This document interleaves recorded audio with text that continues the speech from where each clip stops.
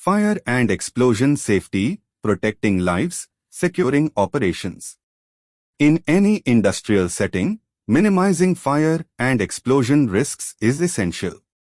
Escape routes should be well marked, well lit, and large enough for personnel, with fireproof protections.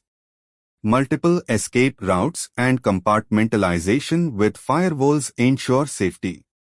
At the design stage, reduce hazardous substances and flanged pipework to limit leaks. Emergency shutdown systems must be fireproof and water deluge systems placed strategically. Control rooms should be distanced from production and VISDA smoke detection installed in key areas. Safety first, every step counts.